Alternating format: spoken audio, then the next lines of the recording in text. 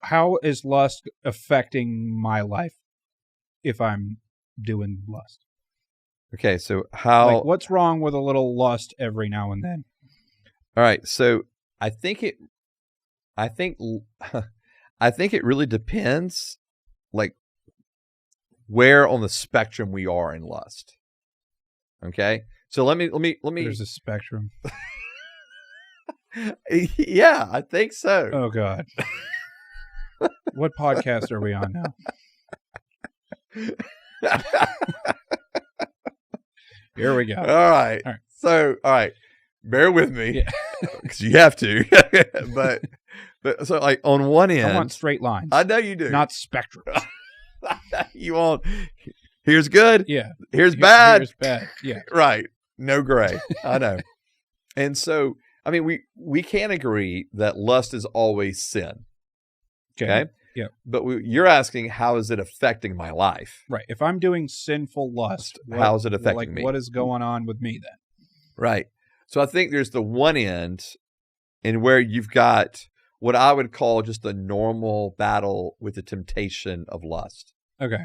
So in other words, because of what we're seeing, of what we're viewing, like, because of just the world we live in, John, in the Apostle John, in his letter, 1 John, talks about the lust of the flesh and the lust of the eyes, and that's within this world.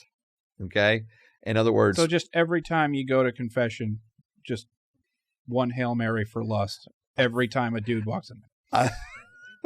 Like, let's just get that out of the way. We don't have to talk about it. Right. Well, we know.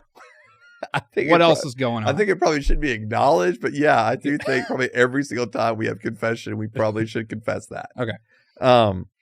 And so, but I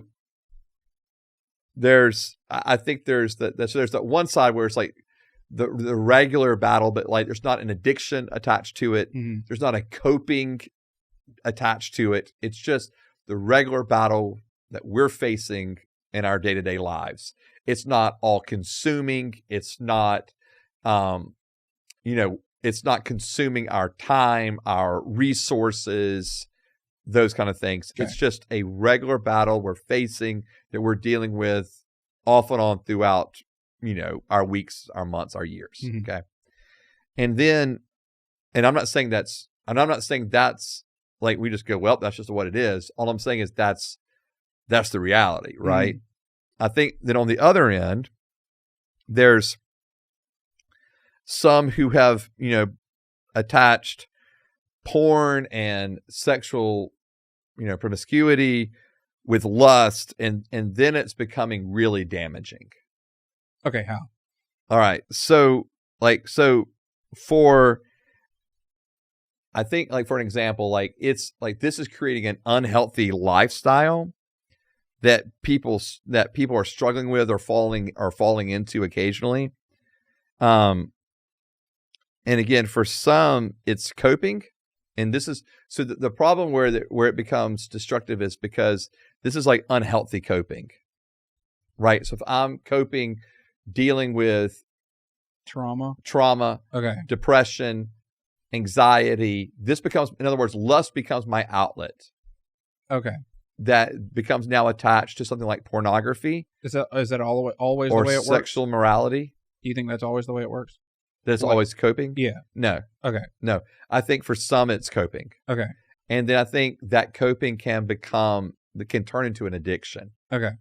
And then I think others, it just is an addiction. There's no coping mechanism behind it. Someone's exposed to it at a young age. There's no trauma. There's no, horrible sexual sin that's been committed to them or those kind of things. And but they're exposed to it at some point in time, and it becomes regular, a part of their lives. And then it becomes addictive because looking at pornography or engaging in sexual, promiscuity can become addictive. So what if it's just like a thing that, what if it's just like a thing that I actively do every now and again? Like, how is that affecting life? Yeah, you're talking about lust? Yeah. Well, I think that if it's something I'm just doing every once in a while, the way you're phrasing it, Right. I think that Like it's not an addiction. It's not like a trauma thing. Right. It's just like this is just what's happening. Yeah. Yeah. Then I think it's the same. It's having the same effect on us that any other sin's having an effect on us. Yeah. So I don't think it's no different than greed or pride, things we talked about before. Like it's still like it's what it does is I think all of those things have the potential to harden us to where we're not loving. Yes, it does. See? Told you. I told you.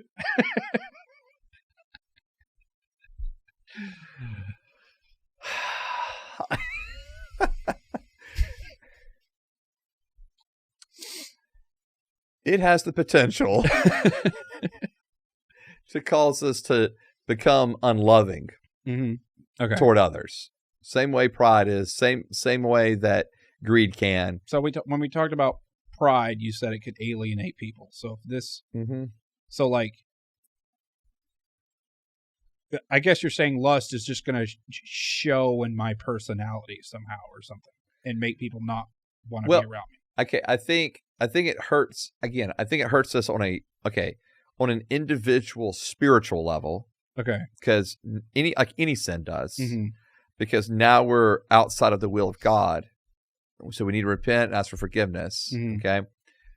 It can, if it's running through my mind, right, then I know I'm not thinking about things that I should be thinking about. Right. Okay. Okay. Yeah. So, and it's taking up, thoughts, it's taking up emotions, it's, that kind of thing. Okay. But and then it's objectifying other people. And that's kind of the part where I think we start becoming unloving. Like, in other words, especially if we're objectifying, like, for example, if I was objectifying the opposite sex. Okay. Then the problem can become is I only view the opposite sex as individuals I lust after, or I attach just physical desire or physical appearance to that person. Okay. That's all that there is. So what is the difference within me, within my brain, and what, or heart or core being or whatever? Right. If I'm spending all this time lusting after my wife versus lusting after someone else. Okay. What is the difference? Okay. What's the difference? Yeah. Like, how is that two different things? Because if I have sexual desire for my wife, right, there's outlets for that, AKA sex with her. Right. Okay. And so, and it's remaining in that covenant relationship where it's fine and okay. I think the problem is when it breaks outside of that, rarely does it isolate on just one other person. Okay. Now that lust becomes attached to other women. Right. Right. Okay. And it's not just necessarily just one person. It's just whoever I'm encountering that day. So this is just like a God said don't type of thing. Yeah. Okay. And again, because we don't want to, because hopefully in the context of marriage, I'm yes, I have sexual desire for my wife, but we're also best friends. We also love doing things together. We like hanging out with each other. We talk with each other. We go out to dinner with each other. Right. All of that's a normal, full relationship is happening there. Okay. With other individuals, when it's just lust, right? I'm sinning by looking at them as something other than God's thing. Than God's image, and God's creation. And I've narrowed the scope of what that relationship is. Okay. In other words, it's because it's not this full relationship I have with my spouse where it's, again, full and healthy and alive. It's something more than that, or something less than that with somebody else. Because I've asked you this about the other two thing, the one that we've done already, and it's just an inside me thing. It's like a how... Yeah, I mean, but it's also probably going to cause like if it's a routine thing in me, it's going to cause the inability to connect with someone of the someone of the opposite sex. So if I keep lusting after other people, it's going to affect the lust for my wife and cause problems there. Yeah, sure. It'll do that as well.